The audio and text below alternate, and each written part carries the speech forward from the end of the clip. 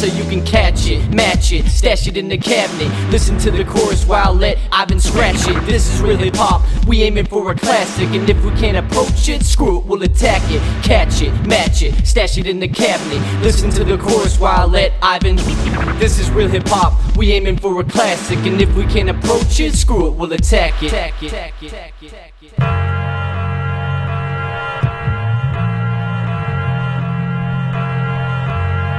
What you know about classic music? Hey, what's up, everybody? I'm here with, for the first time in like forever, Chris. And I'm Owen Fence, and we're going to do a retro wrestling review series. Now, we're going to be real, we didn't go back and rewatch this show, we just randomly decided last night we were doing it, but we were there, though. There's no need to rewatch nothing, so... We were there. It's fact. Yeah, we were...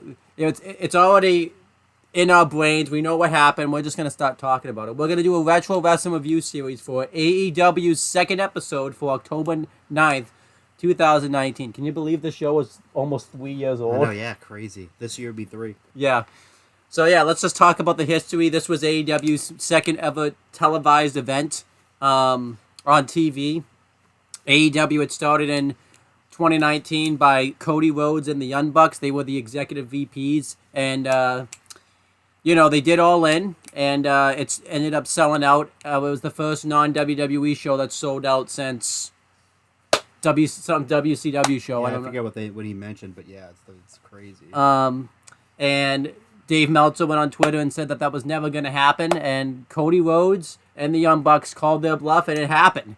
And then I believe was Tony Khan actually there when it happened? I know he saw the show. I know he saw it, but I don't think he was actually there. And he said, "Let's do something with this." We all thought it was going to be a formality that the Elite will all go into WWE. They were all in talks with WWE. You can go and find the shoot interviews of what was promised to them. Yeah, the Bucks even said it too. Yeah. In their interview with Chris Van Fleet, they even came out and said that if this didn't come together, they were going to WWE. All of them were. Yep. Hangman, the entire Elite. Hangman, Cody, the Bucks, Kenny, they're all going. Yeah. And then Tony Khan came up with this idea for AEW, and on January 1st, 2019, on Being the Elite, it was announced that AEW was going to kick off. It's kind of funny if you go watch the video because they were all in Japan doing Wrestle Kingdom, and there was like this big excited thing was going to be announced, and then nothing happened. It was like the countdown clock, and then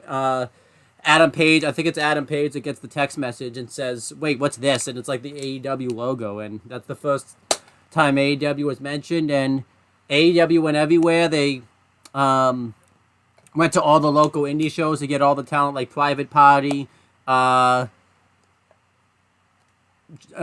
Allin, Joey Janela. They went everywhere. Yeah. Every walk of life. Yeah. Pretty much. And they had their first show at Double or Nothing.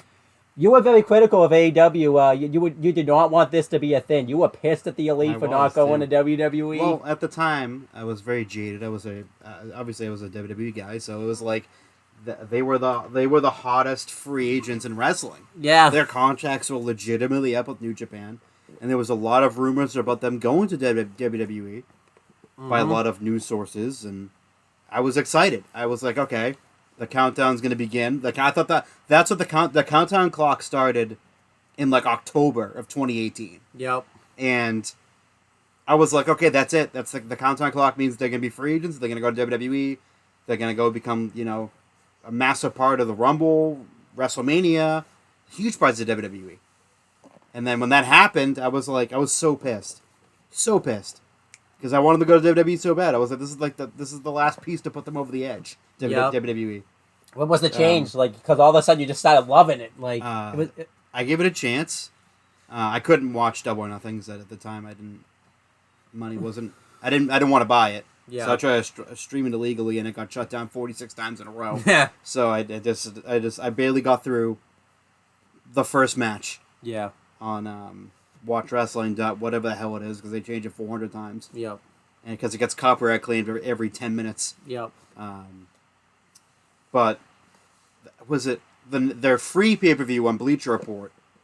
Fighter Fest. The first one was Fighter Fest. That's the first one I like legitimately watched. Yep. I gave it a chance, and I liked both Fighter Fest and Fight for the Fallen. I thought they were very good, and it got me hooked, and I wanted to watch it. Yeah, and then for me, it was different. I went to one of James's friend's house, who we don't talk about on here. You probably know the person that I'm talking about, but if you don't, I'll tell you after this video.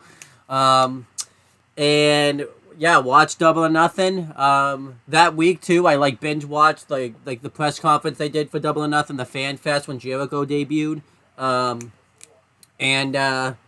Yeah, pretty much. I got to see Double or Nothing live, and it was awesome. You got to see Cody wrestle Dustin Rhodes, which is a match. I mean, I know we've seen in WWE, but let's be real. This is the match we wanted them to have in WWE. This is the match that we wanted. Yeah. But we didn't get because, Vince didn't believe it. Vince didn't think it was going to be good. Yeah. And when he finally put the match on, it was a sloppy, rushed botch fest. Oh, yeah. That lasted about 2 minutes. Yep. And was not what people wanted to see, even remotely. And then randomly, because it did so badly, it was randomly dropped. Like, Cody was in the ladder match at WrestleMania, and Dustin was in the Andre the Giant Battle Royal doing nothing. And then not long after that, Cody was gone. Mm-hmm. And then WrestleMania. Yeah, and then Dustin, because Dustin had just left WWE by this point too. Yeah. So that's. I think his contract ran up, but they were gonna do something. Yeah. I think they were gonna freeze it or something. I forget what they were gonna do, but then people within WWE just said, just let him go. Yeah. Don't do that to him after all the years of loyalty. And absolutely. Just let him go do his own thing. And then we got to see the Young Bucks versus the Lucha Brothers face off at 3 pay-per-views. We got to see John Moxley debut, and he was a month. I think it was a month almost to the day where he just left WWE. Yeah. Then he went on to do 3 more they did 2 more pay-per-views, and then they did All Out. We watched All Out together. There's a live reaction of it on James's channel, where Casey sat outside by himself, and we had to make sure he was okay. We pranked him. Terrible prank, but we pranked him. And I think the reason we loved All Out so much was because we were watching that shitty NXT UK show. Oh, that was an embarrassment. Yeah. Oh, that show was so bad. I remember being so excited all day, thinking we're going to see 2 great wrestling shows, and then NXT UK, it had to go first. I do wonder if we watched All Out again, if we would, because I think we loved the show so much because we saw such a bad wrestling show. It wasn't. That was the last UK takeover, wasn't it? No, they or did was one that the more. first one? They did one more. This was the second one, but they did one more. Okay, so they did 3 of them. Because I don't think they've done a UK takeover since then. Yeah, because then they were supposed to do one in Ireland, but then the pandemic hit, so.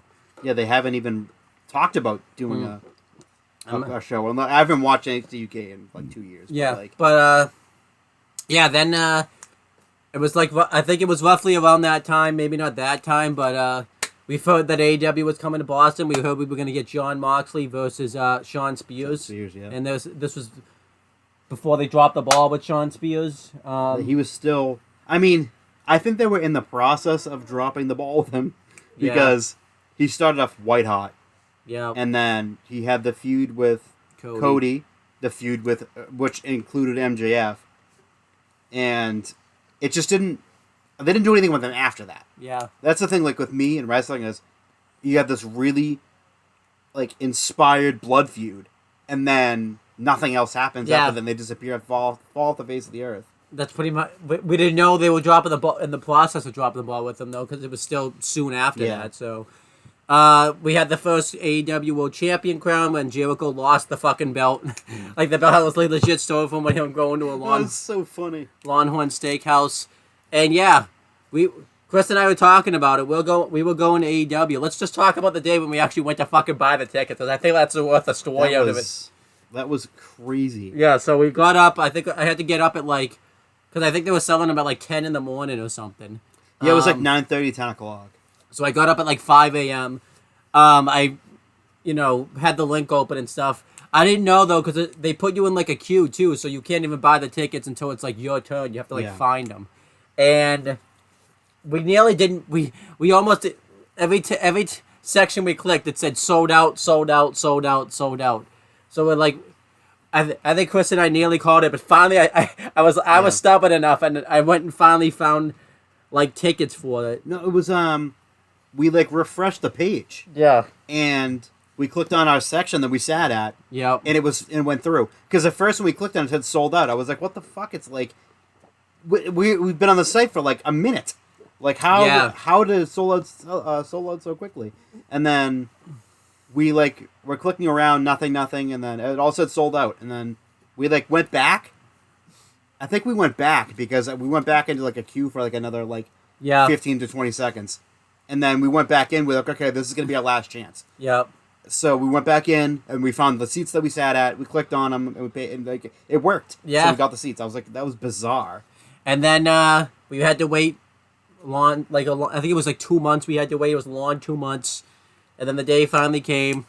I had to meet him at school because he was in school that day, and he had to meet some very. School, that's funny. Yeah, he had to sit in the cafeteria, wait for me, and he that was not a good day for Chris because he was around some interesting people that day. That was the most bizarre, stupidest conversation. I honestly forget the conversation, but I know what you're talking about, and it was dumb. And then I remember I showed up, and then the kid, I ended up knowing the kid, and he's like, Owen Finch with Birdman. It was Birdman with a Wednesday appearance. And you were like, that was the kid. That was the stupidest thing I read in my life. Yeah. And then with a Wednesday appearance. And I was like, what the fuck? Apparently you're not allowed to go to school on Wednesdays, I guess. Apparently not allowed to go to school any other day that he's there. Yeah. With the Wednesday appearance. Yeah, so then we went back to his house. We watched Dog because this was when Dog had their first episode. So this is when AEW Dark was good. 3 matches long, 4 matches, and no, it was 3. Yeah, it was 3 matches. I think that when we went, it was 4 because they added 1 special attraction match. Yep. But it was 3 matches. It was like 20 minutes. Yep. I think it was like 30, maybe it was like 30, 35 minutes, but the last 15 was at the control center. Yep. So it was like. You're not sitting and watching. I know, a lot of AEW fans love Dark, and they'll watch it regardless. But me personally, I don't want to sit through an hour and a half worth of squash matches. That's not what I'm interested in. Yeah. So I was like, okay, this is back then before, and you could see as the time went along, they continued to add more and more and more matches. Yep. It was 3, and then it was 4, and then it was 10 or 8, and then 10. And then 12. Once the pandemic hit, it was I think there was legit. There was a Dog that was 2 hours and 45 minutes of squash matches. Yeah, it was it was 20 matches or something like that. Yeah, it was insane. I'm like, that's just ridiculous. I mean, I get people had nothing to do because it was a pandemic at the time, but it's almost 3 hours worth of squash matches. That would have gone insane. Yeah. But when we went, it was 3 matches. It was 2 matches before the show. There was one. There was 1 before and then 3 after. Yeah. No, I think it was just 2. But then we were supposed to take the train in. We did all the research for it and everything. But luckily, Stephen Coakley, Walkland Rampage, Parachute Man, Wrestling Thug, whatever he wants to call himself. Tomorrow he could be Steve Cockley. I don't know. He's gonna probably he could be called Stevenson of Cokeville. Yep, he's gonna change his name so much. Yeah, I don't even. I think we were talking because we knew he was going, so we were all gonna try to meet up and stuff like that. And then he's like, I think he was in our area or something. Yeah, because I was going down the main Pond Street, which is the main street in Weymouth that I love off of, and we just turned around because Steve messaged us hey, we'll come and pick you up. Because we're going to meet at a restaurant. Yeah. It really didn't make any sense for us to drive in that way. We weren't even driving. We were going to drive to the T and then probably take the T from there. But luckily he just came and picked us up. So we turned around, went back to my house, and then went and Yeah. chilled for like a couple of minutes. We like went 10 minutes, and waited for Steve to come pick us up. Yeah. We went together. And then he came over. We went to Kane's. There's a place called Kane's Chicken, which is hilarious because, if you're a wrestling fan, the name Kane is famous. I don't even need to. If I have to explain who Kane is, I'm not even wasting my time. Yeah, So you should know who Kane is. He's Kane. That's all you He's need to know. The mayor of Knox County. This isn't the same, but this is unrelated. Spelled with a C this time versus a K. And we went to Kane's Chicken Place, and I remember because you bought lunch that day, and I was supposed to buy dinner, but I didn't have my debit card, and it was debit only. Which was it was really weird. Yeah. Well, they wouldn't, because I don't think you had enough cash on you. But they wouldn't take credit; they only take debit. Yeah, no, they only took debit. I had enough cash. Yeah, you had cash, but yeah. But I had they only take debit, which is this is back in the old days where I was to say, back in the old days when I kept losing my debit card. I was gonna say back in the old days when I kept losing my. What? Look, it's right there. See, it's right there, right there. I made sure it's in sight when I moved it. And then we went to like a ball showdown. I think everybody chanted. Everyone was singing Chris Jericho's Judas theme song. They were chanting something. Was it? No, it was AEW. Yeah, it was AEW. Before, because that was the cruise. That everyone started singing at the cruise, and that was well before. That was well after we went. Yep.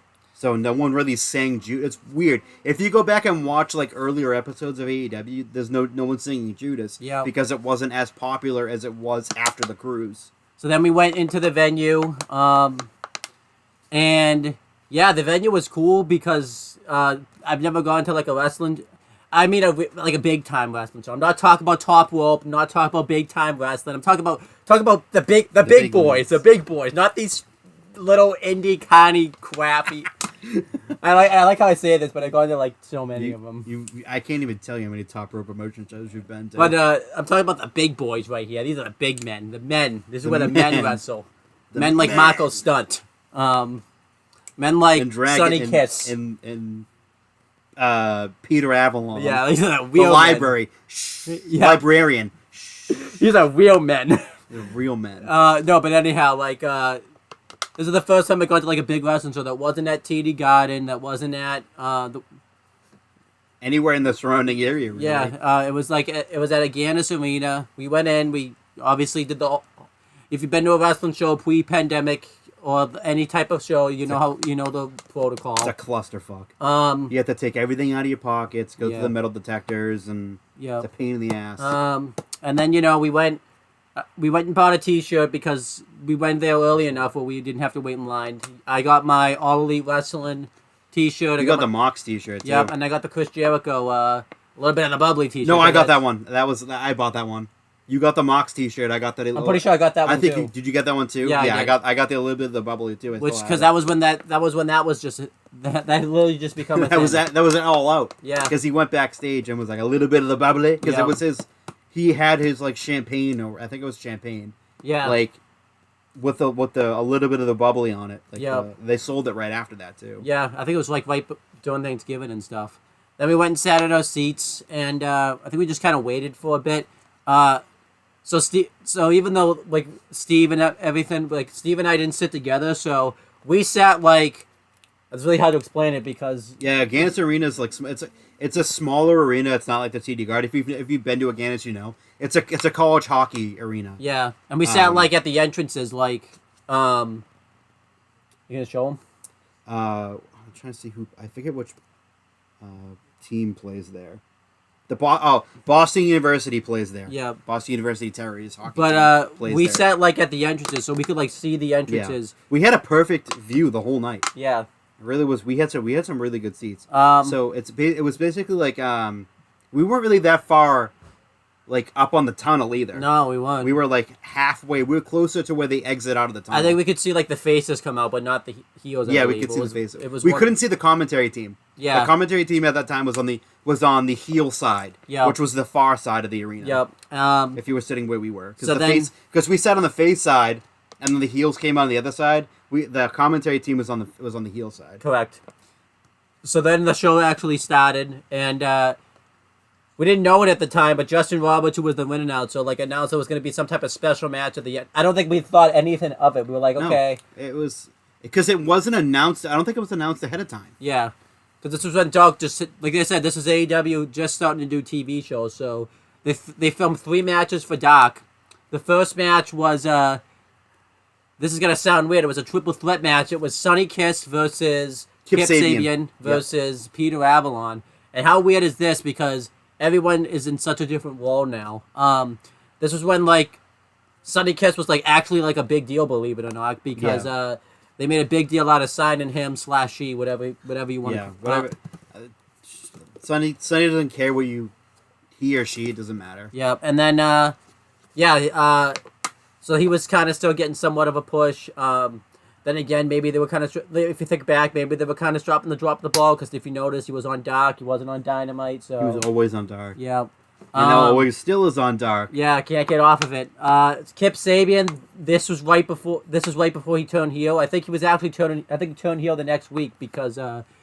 He turned heel a little bit later on. Yeah, because I remember he did, like... he was still a face at this time. He did, like, an interview, I think, on this show that we saw, where he talked about how he was going to go up against, like, the Elite with Kenny Omega and the Bucks or something. It was going to be him in 2.0. Not 2.0, TH2. Oh, yeah. The hybrid, so I think the hybrid too. So I think he was in the process of turning heel. Oh yeah, he was, because they had just gotten together like after that show. Yeah, Penelope Ford and Kip Sabian. TH2 and Kip Sabian. They like became like a stable like right after that. Then you have Peter Avalon, who's basically in the same. The gimmick's different, but he's not in any different of a spot. Yeah. I still don't understand why they signed this guy. He's not necessarily a bad talent. He's just a talent that I don't understand. I feel like if you do watch Being the Elite, though, when they signed this guy, I feel like that he was just signed as a whip more so than anything because else. they had 2 librarians. Yeah, and they Which did is like the gimmick. If you think of it, didn't even last that long. Yeah. So they introduced them both as the librarians, and then they proceeded to not use them at all as the librarians. It was like I think it was like a month and a half. I think that they used them for. Yeah, the only time they really used them was like just on Dark when he started feuding with Brandon Cutler when they on with that losing streak. Oh yeah, Brandon Cutler broke his losing streak against Peter Avalon. Yeah, that was so funny. Then and that's when we still took Brandon Cutler seriously. Yeah, he was like breaking out from being the Bucks' friend at the time, because that's all he was really known for, was being friends with the Young Bucks. Now you can make the argument that's literally back where he is. Yeah. But like he was kind of breaking away from the Young Bucks at that time. Yeah, and was like a lower tier face. Yep, and then this match, the triple threat match, I remember was good enough. It was the perfect opener for the perfect match. At Sonny Kiss, I remember won. I believe he won by Peter Avalon. Yeah, it was Sonny Kiss. I thought it was Kip Sabian, but no, it was Sonny Kiss. And he won by Pitt, which was kind of, I thought, a weird choice. I think we thought Kip Sabian was going to win that because because he had like just come off of facing Heyman Adam Page like right before. Yeah, that was weird. Yeah, just like a. But I get it. Like they're trying to push Sonny Kiss. Makes sense. Yeah, and like we said, we just kind of mentioned where all of them are now. Yeah. Then we had the next match. Then they kind of stalled for like about 6 minutes or so. Yeah, getting the crowd pumped up and whatnot. I think that was when we found out that we were going to have Kenny Omega versus Joey Janela. Yeah, because Justin Roberts came out and it was like, we have a special attraction, lights out. Unsanctioned, whatever they called it. Lights out unsanctioned match. Unsanctioned match. I think. Well, they had some like fancy terminology for it, but I forget what it was. And it was the crowd erupted when they found out they were going to get Kenny Omega versus Joey Janela in an unsanctioned lights out match. It was nuts. That match was like ridiculous. Didn't Joey Janela take like a one-winged angel like onto the top of the steel chairs? Yeah. That was insane. And then but then the show actually kicked off. We had the pyro and everything. I'm pretty sure on Dynamite it was Excalibur, Taz, and Shivani on commentary.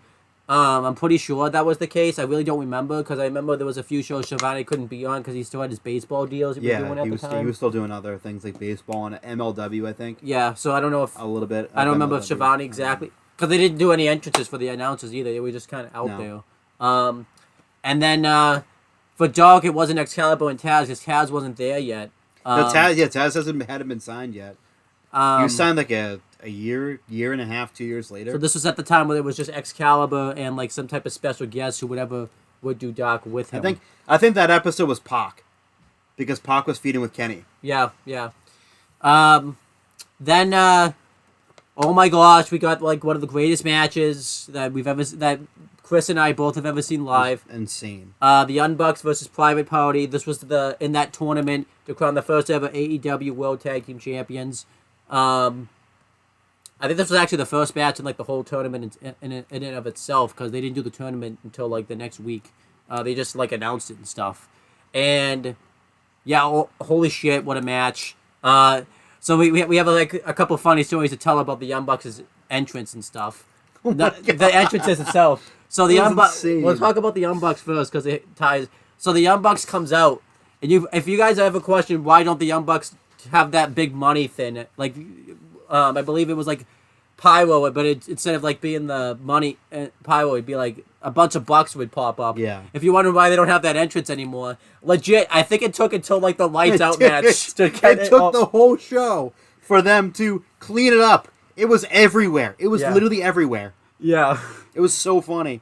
We kept looking over at the guys, like those poor guys have to clean up like a fucking million like Young Bucks bucks. Yeah. It was insane. I don't think it was after this show, but I remember there was a certain Dynamite where I noticed we didn't see it for a few weeks. And I'm like, notice how we haven't seen the Young Bucks entrance like because people were going. One guy went down. Yeah. To the staging area. Yeah. And was like, anyone want any Young Bucks bucks? And he would go down and grab. He'd like maybe like 2 trips and down there. Yeah. And gave it to like we didn't get any, but like he gave it to people we like that close. and he was like like in the same, not like in the same area as us, but like he was like more to like the left and down from us. Yeah.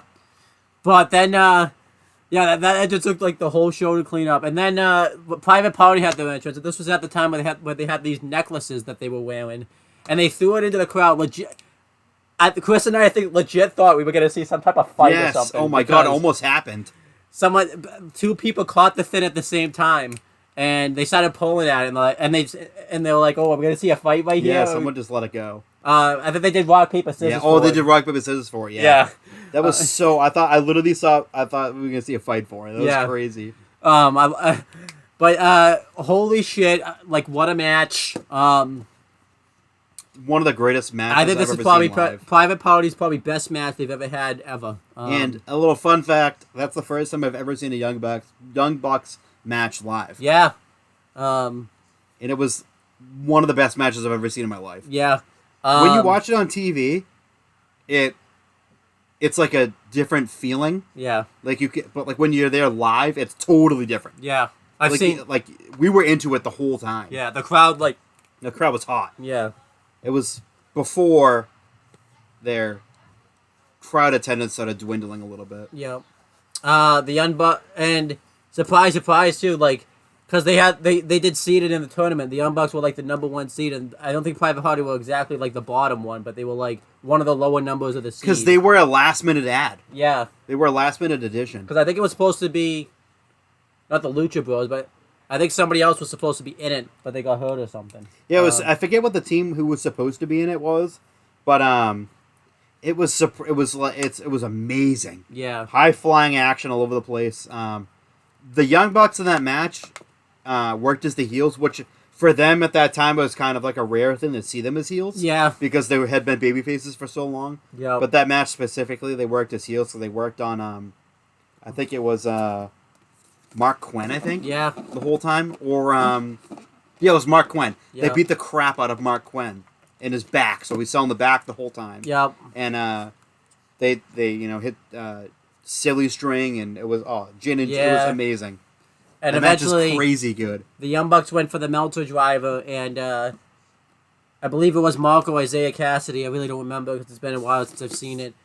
Rolled up Matt Jackson or Nick and got the win. Like the Private Party actually beat the Young Bucks. I was so convinced the Young Bucks were going to win. I think we did predictions. Yeah, we did. As the show went along, you picked Private Party. I picked the Young Bucks. I thought the Private Party were gonna pull out the upset, and they did. So I was so shocked. Yeah, I was like, when the match was over, I was like, either team could have won. I wouldn't have cared. Yeah, and it actually, if you think about it, it actually benefited the Young Bucks losing this match because we got to see them them really struggle to get those tag team titles. Think about the match between Omega and Page versus the Bucks probably wouldn't have been as good had they not lost. That match was great too. That match at NXT at Chicago was amazing. Yeah, and then the match with FTR, they got to have that. They eventually did their whole heel turn. Yeah. Which I can say this now, it's getting old now. Yep. It's really run its course. I think they really should be baby faces again. Yeah, especially with now that Adam Cole and, like I said, I don't know what they. The problem is they can't really do that storyline because Cole's now hurt. Because Kyle and Bobby are both hurt too, also. Yeah, so everyone's hurt. I mean, you could easily just have, because no one knows when Kenny's coming back. Yeah, that's the thing. Like, he's had so many different ailments, and I read something the other day that said that he tried to come back and do like producing work and everything, and he was getting back into the ring, and he actually re-aggravated an injury. Yeah. So he's going to be out even longer now. And he said that if he has another setback, he's going to retire. Yep. So it's either he sits at home and waits and rehabs and comes back, or he's done. Yeah. Because he can't be. Because with him, he's so hands on. Yeah. That he actually re-hurt himself. So he's at home recuperating. Yep. And with the thing with Adam Cole, he has a major concussion. Yeah. And he's got a torn bicep. Yeah. I said this in our Wrestling Rundown chat. He should just take all the time that you need. I know. I don't want to see him wrestling with this torn bicep, with this concussion. Take 6-9 months, take it off and come back better than ever. Yeah. Like, you really shouldn't be risking your health. Yeah. Just to push on to the next day. Yeah. Especially too, like, he'll be guaranteed a spot when he comes back. Yeah. He's not at any risk of losing his job. Yeah. He's not losing his job or his position in the company. Yeah. He could come back and win the world title. Yeah. Like his spot is secured in AEW. Yep. No matter what. There's not like because it's not like there's anything in WWE for him to go back for now. So. No, they wanted him to be a manager. Yeah. So there's nothing for him to do there besides go to NXT. But the NXT is not the NXT he was there. He's done that already. Yeah. That's already been done. But yeah, like it's just crazy, like how far everything's come from this day. Yeah. Like I think you could do once Kyle and Bobby come back, have them turn on the Young Bucks. Yeah. And have a tag team feud with them, and then once the two guys get healthy, Kenny and Adam, have them come back and have the whole thing them feud against each other. Then we think of what the next match. Oh, then it was Chris Jericho, Jake Hager, Santana and Ortiz, and Sammy Guevara. This was a week after they all came together, and we were gonna have this big promo segment to explain why they were together. And yeah, everyone loved Chris Jericho when he came out. He got a massive pop. Yeah. This was when he was still the world champion. Like I said, I mean, this is well before his wizard gimmick. He was Le Champion. Yeah. Like, so this is like beginning stage of Chris Jericho in AEW. Yep. This is still from the picture, fat Chris Jericho. Yep. Not six-pack Chris Jericho. He came out.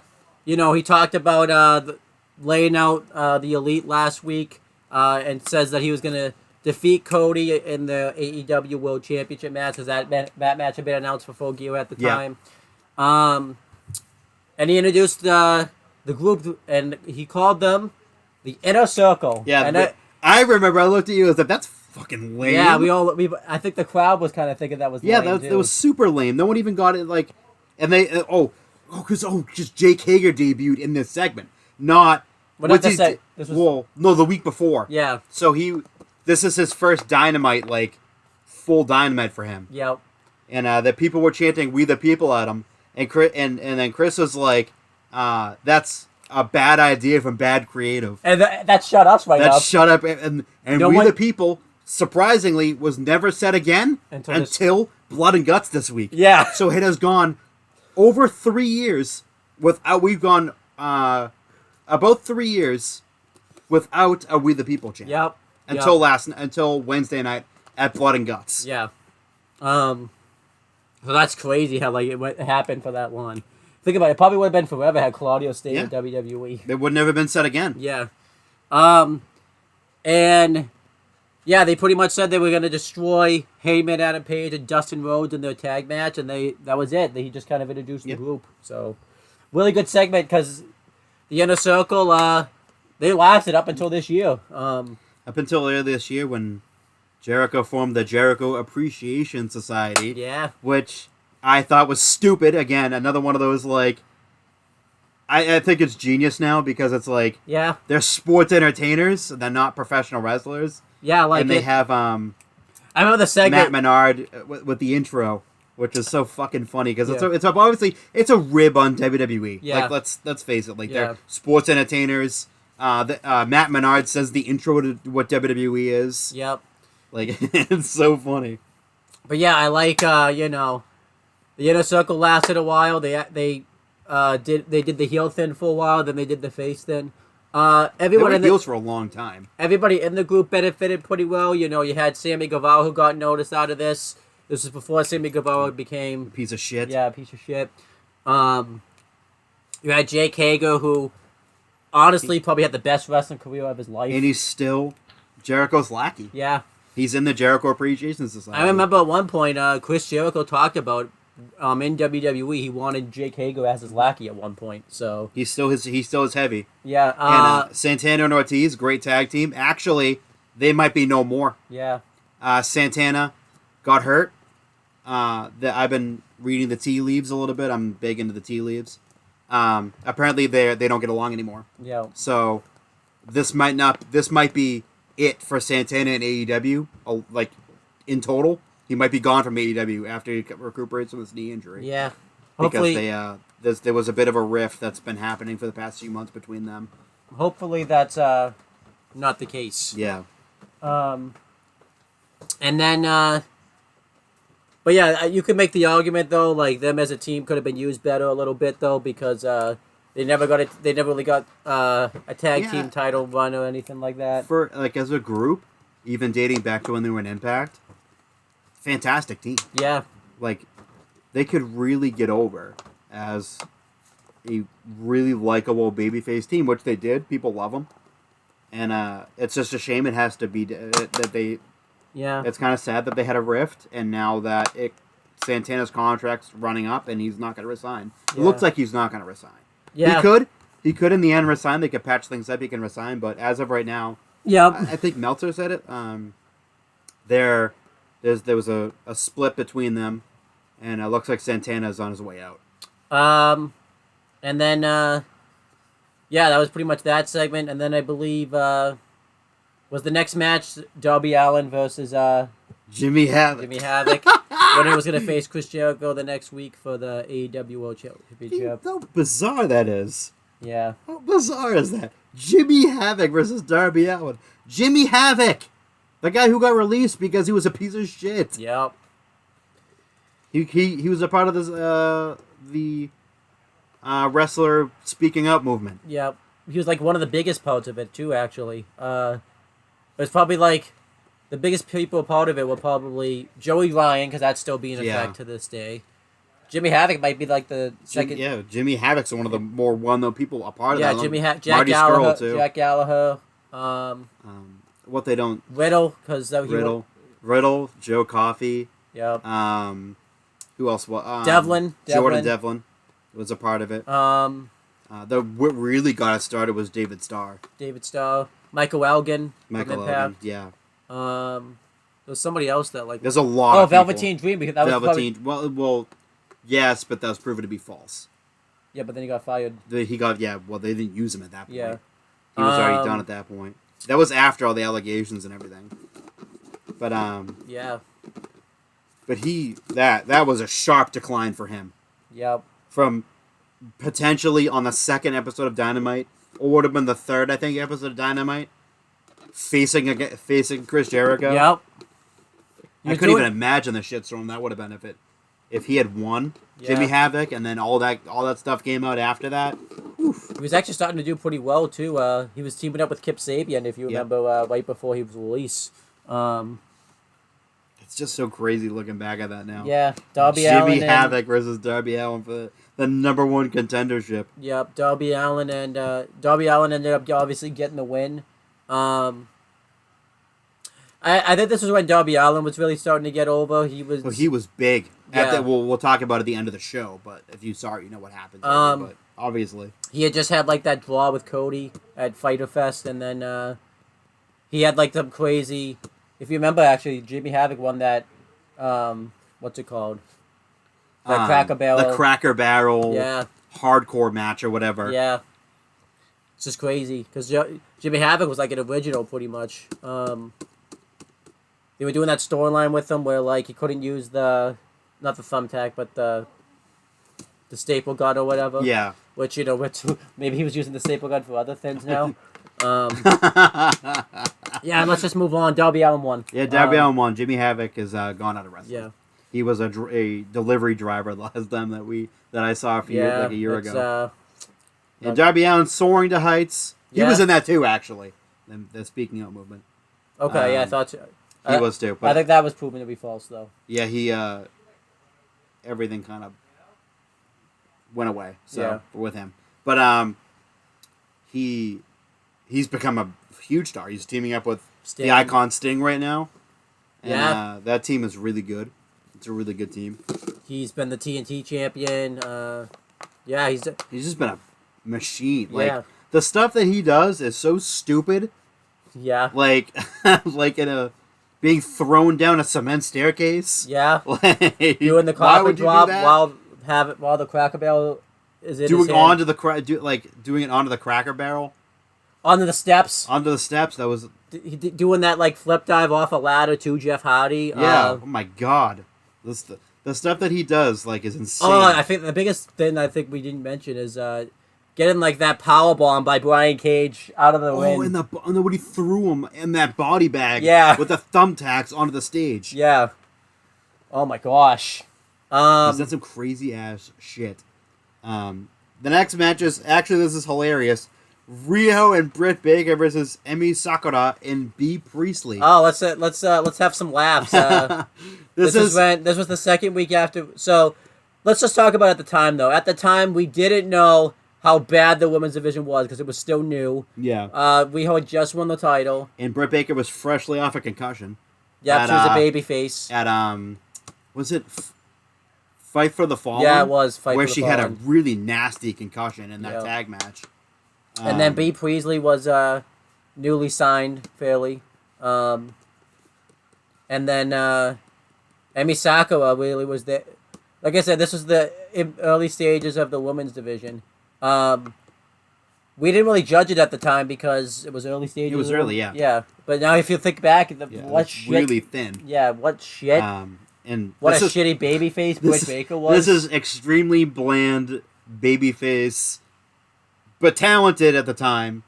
I don't think she's talented anymore, but talented at the time. Yeah. Britt Baker. Yeah. Extremely bland babyface. I think she ended up turning heel like maybe 2 weeks later. 2 months. 2 months or she turned something. heel on she turned heel on the cruise. Yeah. She was super bland. Her main personality was she was a dentist. Yep. That was her main personality. She had nothing else. She had the mic skills, talent, but like, she's just super bland. Yeah, and then Riho, the funny to think what we ended up getting out of a women's title win. So let's point it out. She showed up in this match.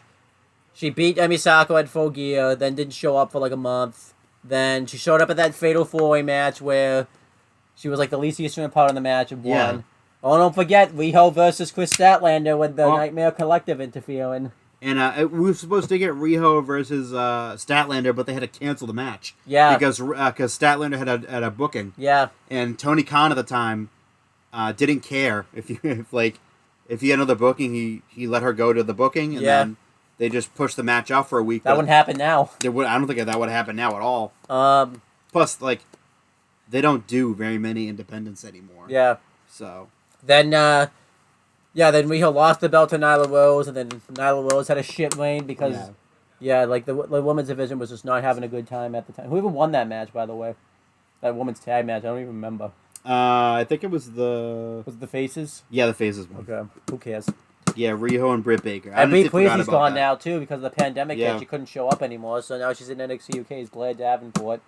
All three of them are still there. Emi Sakura and Riho and Britt Baker. I mean, Sakura's relegated to dark, and Riho's Relegated to Nope. showing up once a year. yeah, and then Britt Baker's probably the one that's making out pretty good. Yeah, she's the biggest female heel who's overly pushed on the company right now. Yeah, you can make an argument of that. Then we had Jon Moxley versus Sean Spears, the match that made us want to go to the show. This is when Sean Spears started coming out with Tully Blanchard, and he had the chairman Yeah, gimmick. the chairman gimmick. And I feel like this match could have been better. It was okay, but it Yeah. was Mox's first match, I think, right, or second. it was his technically his first official match. Yeah, first official match in AEW. Because his first match was the Lights Out match, and that Yeah. definitely doesn't count as a match. But yeah, this was Mox with. It was his first match back, I think, from the staph infection. Because we got the staph infection. Oh he couldn't show yes, up. yeah, that's what it was. Um. Because we thought he wasn't going to be able to appear because of the staph infection. Yeah. He. This was a week after. I think this is Shoot Fighter John Moxley. Yeah. He had his New Japan gimmick. Yep. New Japan trunks and everything. He this was a week after he like paradigm shifted Kenny Omega through that glass table on Dynamite too. Oh, this is John Moxley won, which made sense because he was going up to face Kenny Omega. He had to Yeah. win this match. Yeah, like I said, we liked this match. Afterwards, we found out Pac was on comment. We found out Pac was Yeah, on. No, was it Pat? Pac was on commentary for that We didn't even- because Yeah. and then Kenny came out with all the weapons. Yep. And Kenny Omega and Pac had like a little bit of a face off, and no, Kenny Omega and John Moxley had a face off, but Pac ambushed one of the guys. I believe it was Moxley I think or it was Kenny. Mox. Yeah.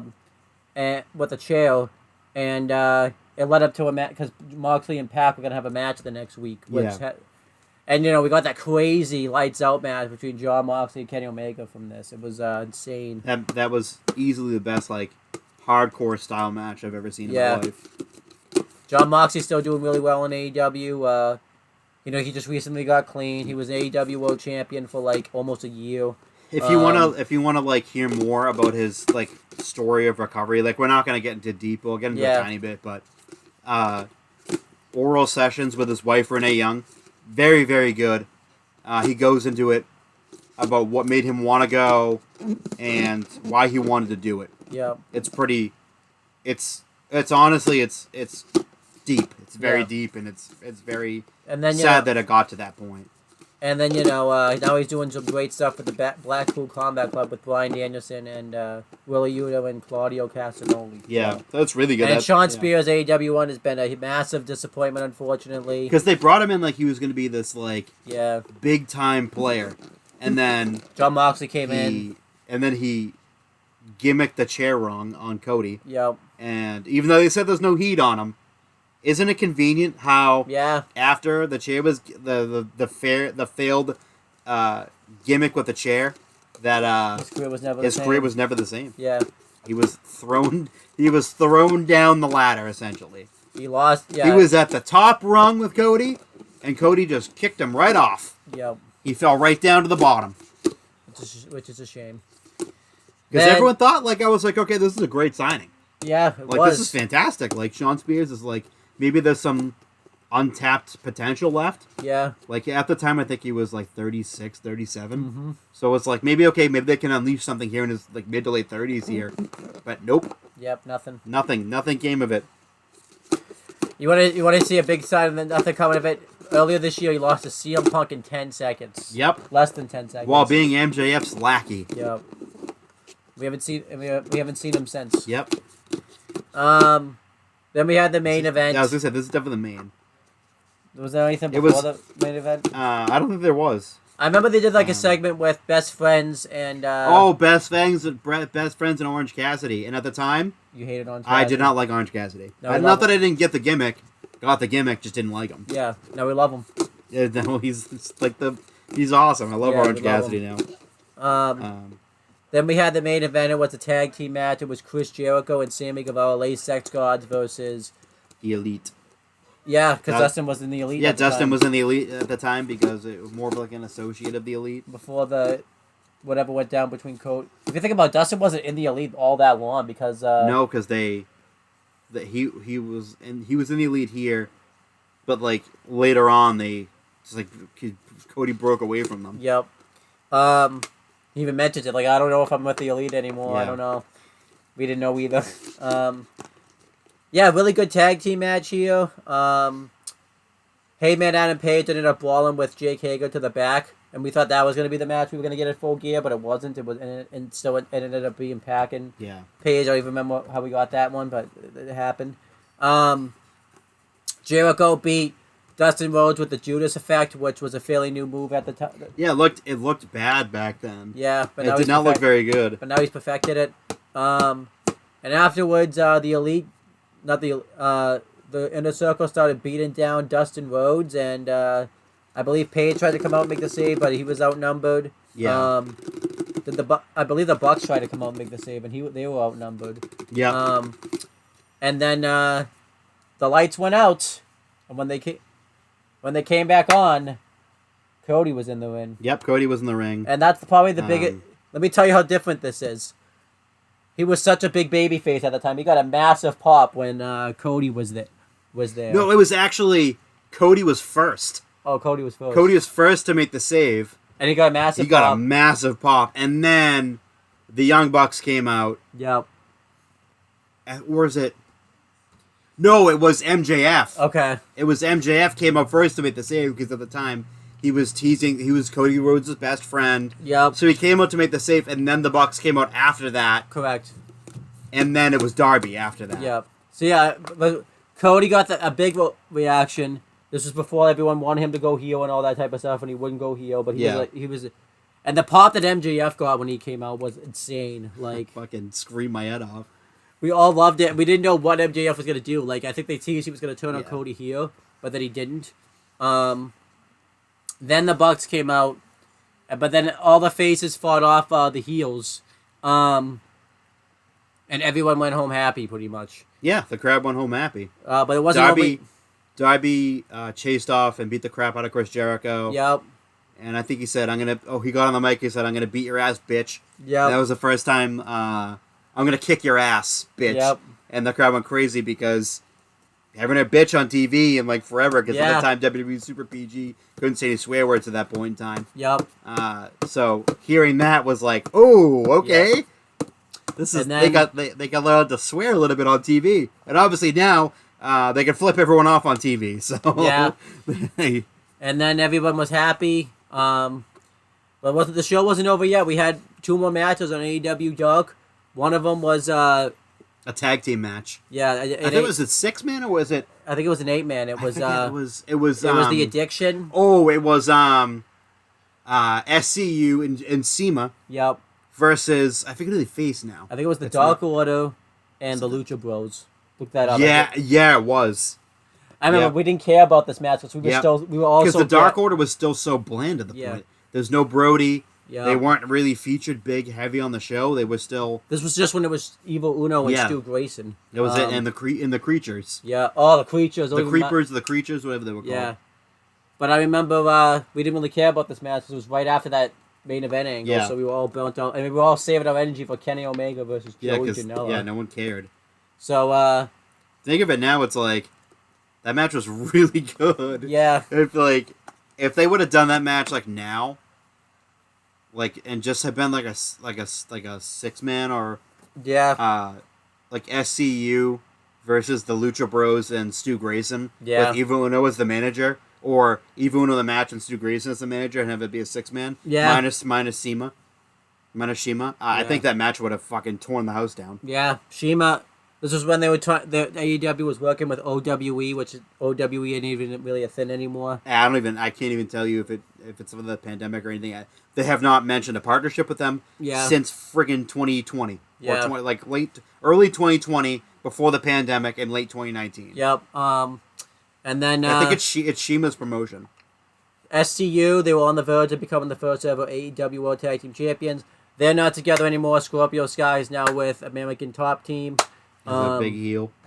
And SCU, Frankie Kazarian, Doing nothing. yeah. He had the Elite Hunter for like Then we had- a quarter of a second, and then and we then had- just stopped doing it. And then Christopher Daniels is pretty much semi-retired for the most Like part. yeah, pretty much retired.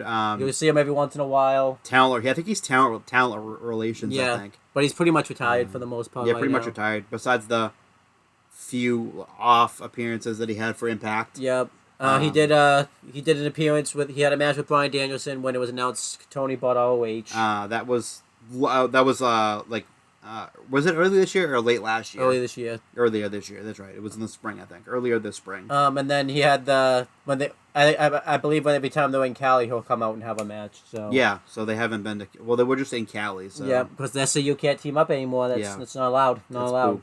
I mean, but you could have them team up not as SCU. You I can know. have them team The Addiction. up as the Addiction. Yeah. The Lucha Bros are doing pretty well. The Lucha Brothers are doing awesome. Yeah, they. I'm surprised though because they misted Phoenix, and he didn't go dark. Yeah. That was kind of like weird, but like now Penta is Penta Oscuro basically, which is his Lucha Underground gimmick, which is Pentagon Dark. Yeah. And then the Dark Order we just kind of talked about when Brody came in, they got like they got massively popular, and then They got super over, and it was right in the height of the pandemic. yeah. And then tragically, we lost Mr. Brody Lee later in the year. And then to a lung condition. Dark Order ended up turning face, and it looks like that act's probably gonna be over soon because they've released. Well, they let Alan Angels and Stu Gracie's contract expire. And then we haven't seen Cole Cabana for a while. I haven't seen Cole Cabana since CM Punk came back. Yeah. How convenient is that? Two former best friends who went to court together against WWE, and then CM Punk conveniently sued Cole Cabana. Not surprised. And then CM Punk's a piece of shit. we haven't seen the only ones we've seen of Dark Order now lately is Evil Uno, 10, Alex Reynolds, and John Silver. But they're basically relegated to Dark now. To be honest, besides Dark, you don't see Yeah. 10, you don't see John Silver, you don't see Alex Reynolds, you don't see Ivuno on Dynamite ever. Yep. Ever. What's the point in keeping the group together? Anna Yeah. Jay had one match on Dynamite in the last 3 months. Yeah. She's not even really with What- the group anymore. Yeah, she's back to the gimmick that she was doing before she was in the Dark Order. Yep. Ty Conti's out of the group for I probably. don't even know. I don't even know when she was out of the group, but she was just not in the group anymore. Because I have a feeling Anna Jay and her had some type of falling out. That whole situation. Yep. It's not good. And then Shima, we just talked about him. Yeah, then we had the main event, which was that fucking lights out match, fucking insane match. We kind of went through it already. I so, can't even believe I saw that. Yeah. That Like match I said, was bizarrely amazing. Chris and I always say every time Dog has it's just filled with squash matches, we remind ourselves, fucking this match was on fucking Dark. Before they added so many goddamn matches, when it was just the 4 matches, Yeah. it made it seem bigger. Of course, like the triple threat wasn't as important. And the tag match at the time, looking back on it now, that's a hell of a tag match. Yeah. But at the time, it was like, okay, Lucha Brothers, I kind of knew them. Yeah. Dark Order was still kind of irrelevant at the time. Yeah. And Yeah, that's SCU was still over as a popular baby faces. Yeah. And Shima Well, was their friend, and legitimately their friend in real life. So Yeah. He was over too. he was over. And then the main event, Yeah. which was the special attraction, which Yeah. was the fucking lights out match, which is the most insane hardcore match I've ever seen in my life. Yeah, live. In Live. person. The most insane one I saw was the Moxley Omega. That's still one of my favorite matches I've ever seen. It was both a month of each other too. Yeah. That's still like my favorite match. One of my favorite matches like of all time. That's Yeah. and I like the match that was insane. It was awesome. And then they had their the time bomb death match. Yeah. Which was one of the worst fucking matches I've ever seen in my life. That Yeah. match was terrible. Then they had Not just like from the fact that the pyro malfunctioned, Yeah. but the fact that there was such a gap in between the barbed wire and the explosion Yeah. that it looked bad. And then I'm Because pretty Mox hit it, and then Mox would hit it like right here, and then the pyro in the back would go off, Yo. and it was like a foot away from it. Yeah. I remember one time, like, I believe Omega or Moxley did, like, a one-wing angel or something, like, onto, like, explosive was on the outside, and they didn't really go off. They all didn't that go much. off, no, because he did. He did the one wing angel onto the it was like the mines or whatever that were out there, and nothing happened. Yeah. I was like, as the match went along, I was like, this match kind of sucks. Yeah. And that just sealed it. The end of it was like, Yep. And then they put a put a bow on it. Like that match, that was bad. It was I was going into it.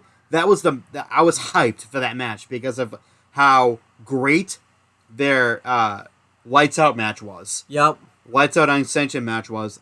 I loved it. It was still one of my favorite matches of all time. I was hyped for it. Going into it, I was like pumped because I watched Terry Funk in a death match. Yeah, Mick Foley in a death match. Mick Foley in a death match. And it got me so pumped. And then watching that and seeing what happened, I was like, this sucks. Yeah, it kind of like sucks. this whole match has not been good at all. No, they haven't done it since. They haven't done it since because I don't think they can trust themselves to do it. Yeah. I mean, they've done Blood and Guts, but that doesn't have just you add another ring and add a cage around it. It's not. Well, especially too because they realized what they did wrong the first time Yeah. and just didn't do it again. Yeah, and then let's talk about Cody. Obviously, I think we've kind of failed to mention where Cody fucking is now. Well, now he's saved the best for last. Cody Rhodes made the biggest jump of his career. Yep. He left AEW because of it wasn't money. A lot of stuff that was reported wasn't true. It wasn't money. It was creative direction. Yep. He even alluded to a little bit later on after he actually went back to WWE that handcuffing himself in the mid card was an absolute mistake. Yep. Taking himself so early out of the title picture hurt him big time. Yep. And the fact that he got a reputation for just burying people. Yep. Which is funny. Like, you see the reaction that he was getting in WWE, which is insane. Clear as day, babyface. Everyone loves him again. Where he was when he left AEW, which is more of a polarizing John Cena, Roman Reigns face type reaction, where half the crowd is cheering for him, half the crowd is booing him. Yeah. And I remember a couple of times when he came back to AEW from like being off of TV, he was getting booed out of the building. Which, looking at it now, on July 2nd, 2022, is crazy to me. Yeah. Because he made his big gravitas return at WrestleMania to WWE, a move that I never thought he would do. I was reading the tea leaves and everything was speculation. He was supposed to appear like a few times, like 2 or 3 weeks in a row. Yep. To promote the match. Didn't appear.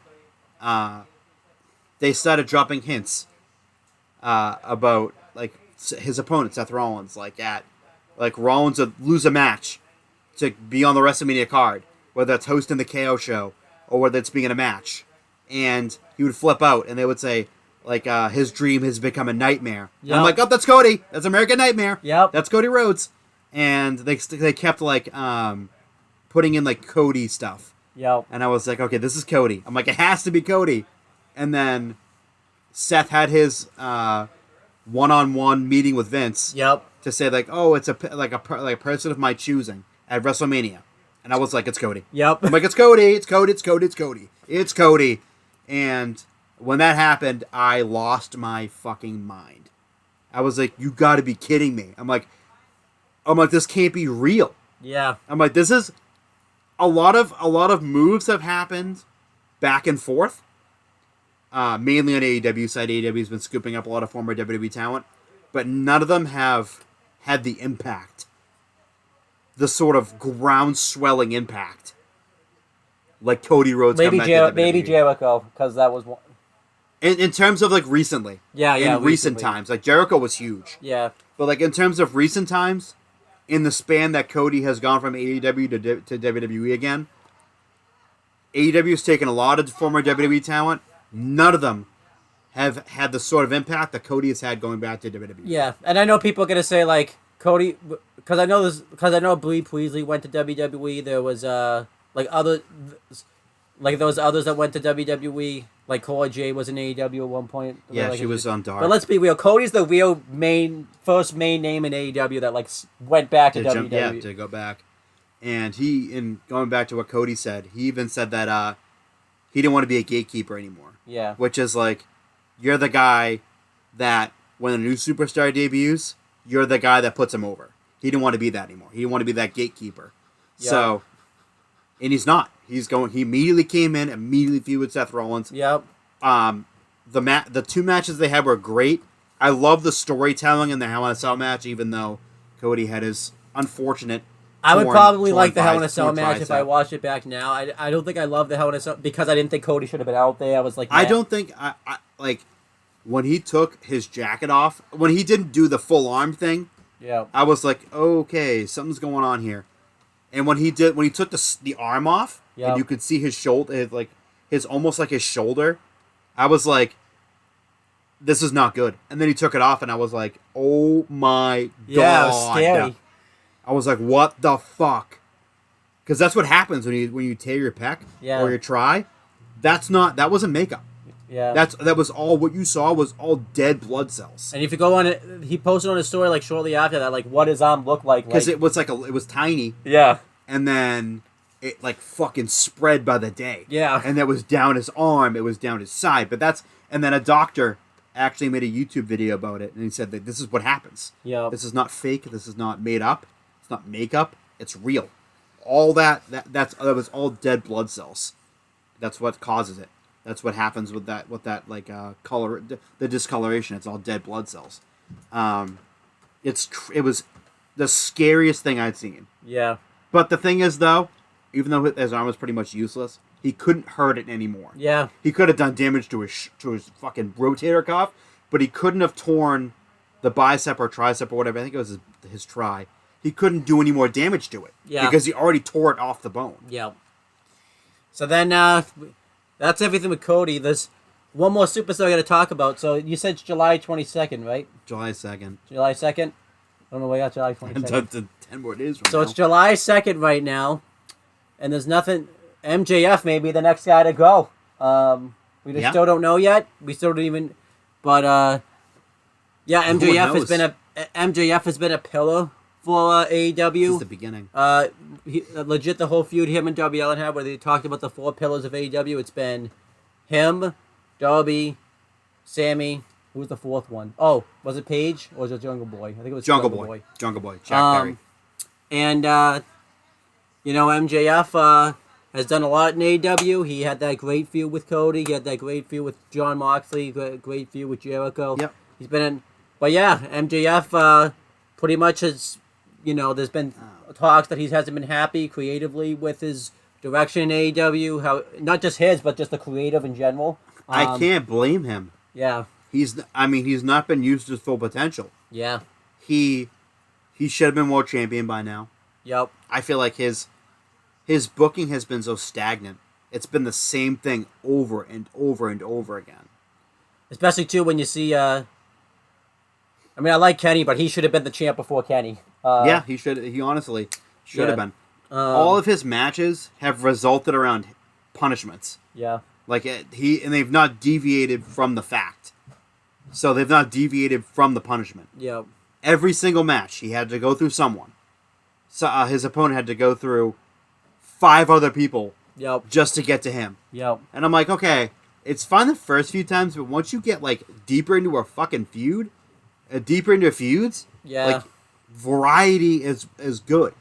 Like the Jericho one was probably when it was kind of too much, because I remember Jericho had to go through the 7 labors of Jericho. Yeah. Then he failed, and then he just gave him it all out anyways. It made no sense. Like Darby, the Darby feud I think was the one that was the one feud he had that was different, because Darby didn't have to go through 5 people to wrestle him. I think two of his feuds or 3 of his feuds didn't, but the majority of them have. Yeah. His most recent one with Wardlow. Yeah. Wardlow had to do the same thing. Same thing as Cody, actually, if you think about it. Except the cage match was different. The cage match was different because it was Shawn Spears, and of course, you knew Wardlow was gonna win. Yeah. So this was pre-Wardlow. This show is pre-Wardlow we're reviewing, by the way. Yep, there's no Wardlow yet. Yeah. No, not like pre. Well, he did. I'm saying he did vignettes. Yeah, but we didn't at all. see. He did. We were like, who the fuck is Wardlow? Yeah. No one had a clue because he was a like a Cincinnati, Columbus kind of a independent guy. Yeah. So no one knew who he was. And then now we love him. Yeah. Now he's like one of the biggest stars in AEW. Yeah. But yeah, MJF might. So if we ever reviewed this show again, MJF, we could be talking about how they pulled the greatest work out of their ass, and MJF is now the biggest star in AEW, or he could be in WWE. Or it could be the second biggest coup for WWE. Yep. To get Maxwell Jacob Friedman MJF. And MJF could be bigger than Cody, because Cody was could honestly be bigger, because I think that because he's so young, that you could easily put him in a feud against The Miz. Yep. Have The Miz be the world champion, of course. I wouldn't be opposed to that. And then have them team together. Yep. Have them team together, and then have MJF turn on Miz. Miz goes babyface. MJF is the big time arrogant jackass heel. Yeah. You could run MJF and Cody again. That would be. You could run it back. I mean, you could do anything. There's so many opportunities for if him MJF gets there, he could be the guy that dethrones Roman Reigns for the undisputed Universal Heavyweight Championship. It's 2023, so it's not. I think it's January of 2023. So he's still got some time left. Yep. And you don't at this point, he's not been on TV. Yep. He's not been at the arenas. There's been still could be a work though. Still could be a work. He called Tony Khan a fucking mark on national television. Yeah. But I think that's all a work. Although Warner Media had his stuff taken off. Yeah. So, I wonder if that was an edict. I don't know. I mean, this could be a work or it could be real. Yeah. At the same time, nobody really knows. When he was doing that pipe bomb, when he had that segment, I was like, this is definitely work now. Yeah. But then they took him off the screen. They took him off the intro. They took him off the website. Yep. They took him off of the shop, AEW shop. They took him off everything. And I'm like, I'm 50. I was like 100% work. Yeah. When that happened, I was like, when he cut that promo, I'm like, this is 100% work. And then I'm like, wait, I'm like more 50-50 now. Yeah. Which, we'll find out I think if he's not back by All Out, it's probably not a work. Because, yeah, because that's all that would be September, August. Yeah, because I think, we'll see though. Because it's January. It's early January 2023. Yeah. Right now, it's July 2nd, 2022. So we're talking August, September, October, November, December, January. We're talking 6 months. Yeah. Between now and when his contract officially ends. Yeah. So if we don't see MJF again, we'll see. We don't see him again for the rest of the year. And then January 1st comes up, and it's the same thing. It's a release statement from Tony Khan. And then it wasn't a work and it was real. Yep. But then again, this was kind of like their plan all along. From what I read, the whole plan was for him to go off TV for a while and come back actually as a babyface. Yeah. That was sort of one of the plans before he no-showed a meet and greet. Yeah. People in the comments like, oh, it's totally a work. It's not. I'm like, you don't no-show a fucking a meet and greet. Especially MJF meet. That's people that paid for that. Yeah. Especially MJF, who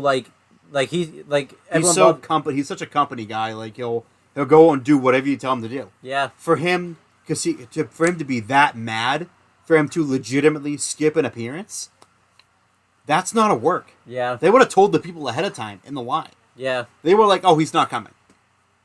Like after he was in the fucking casino all day. Yep. They told him, oh, he's not going to show up. Yep. Like that's not a work. That's not something that they worked into it. Absolutely. That was 100% real.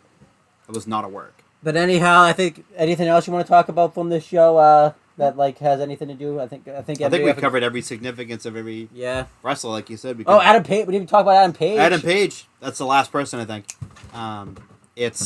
He was World Heavyweight Champion for a while. This was right before he went into his alcohol. Yeah, this is before. So he was still really over. Yeah. And then he went into the drunk cowboy phase. And then he became world champion. Yeah. He was the fourth of the 4 champions of the Tony Khan division from the beginning. Yep. And his chase, I would say, as champion, his chase to become champion was better than him as champion. I like this title run, though. I didn't like it personally. I felt like the matches against him and Adam Cole were not good. Not they were good matches. It's just I felt like the story was just too bland. Yeah, I don't blame you. I felt like he was a good champion, but against Lance Archer and against Adam Cole, I felt like those were kind of like weak feuds. That's fair. If he had gone out right away, I think Kenny probably would have been a nice opponent for him. Yeah. But seeing how beat up Kenny was and Danielson. Danielson was good at Yeah. opponents. Probably shouldn't have done that. I 1 hour time limit draw. yeah, I maybe. wouldn't have. I would. 2 draws. They have one. The one because Brian Danielson had the 1 draw Yeah. at the beginning, which I didn't like. Match was great, just lagged on way too long. But yeah, Paige is pretty much a mainstay in AEW now, so he might be going heel. We don't know. Don't know. They I think it was Rampage last night. They teased the throwing him and Silver throwing each other out. Yeah. That was funny. But we'll see. But we'll see. Again, anything can happen in the But future. AEW has done pretty well for themselves Yeah. since this show. Yeah, this is fucking October of 2019. And we're Yeah. in July 2nd of 2022. They've survived a And pandemic. They've survived a pandemic. They've really branched out. They've signed a lot of WWE talent. Yeah. I will say to their detriment. Some of them, yeah. They've really pushed a lot of their homegrown talent out, which I'm not a fan of, like Alan Angels and Yeah. Stu Grayson. And Stu Grayson. But Yeah. I could see another few signings happening in the future. That's Yeah. going to push more talent out the door and more talent to Dark. Yeah. Like, I'm not going to ramble, but like Keith Lee, what's he doing on Dark all the time? What's he doing? Uh, Swerve Strickland. Swerve, what's he doing on Dark all the time? Oh, the big Ruby Soho. Ruby Soho. All the people, Ember Moon, Athena, on Dark now a lot. Yeah. A lot of the time on Dark now. Or Rampage, Yeah. which is, again, like, the ratings aren't good for Rampage, so I can see why a lot of people would not watch it. Yeah. But it's not good what they're doing with their talent. They're signing way too many WWE guys, and it's really bloating their roster. Yeah. But yeah, I mean, I could see them. I mean, they're not going to obviously trim the fat. I mean, they just brought in Claudio Castagnoli, who is Cesaro in WWE, obviously, but he apparently was signed for big money. Yeah. So who else goes now? Was that Alan Angels? Was that Alan Angels and Stu Grayson? I forgot his name for a second. I just said it. Alan Angels, Stu Grayson, is Cole Cabana going to be gone? Oh yeah. Is John Silver going to be gone? Is Alex Reynolds going to be gone? Is Evil Uno going to leave? Are they just going to release the entire Dark Order? Yeah, that's a good question. Um, I think they're doing pretty well for themselves. They need to stop signing all this WWE talent and keep the homegrown talent. Stop pushing them on a dot. yeah. Powerhouse Hobbs. There's another guy who should be on fucking main eventing every week, but he's not. But we'll have to wait and see. But that's pretty much the end of this video. Anything you want to plug or promote? No, nothing really. Just look in the description. Yeah, let's look in there. Look in there. Click them, Click them. copy, paste them on your taskbar and all good. that. You get right to it. Do the Batman symbol on them. So that's pretty much it, guys. And we will talk to you later. And we're probably going to review Money in the Bank tomorrow. So Probably. Maybe. nah, we're not doing it. Now we're doing it. Not doing it. Probably. Maybe. I don't know. Never. We doing all the classics, you heard it, then I grabbed it. Flow like Method Man, then run like I'm Rabbit. Soon as I hear the bass line, it be my FaceTime. Music's in my veins, so just in case I'm without my iPod or a media player, I'll check my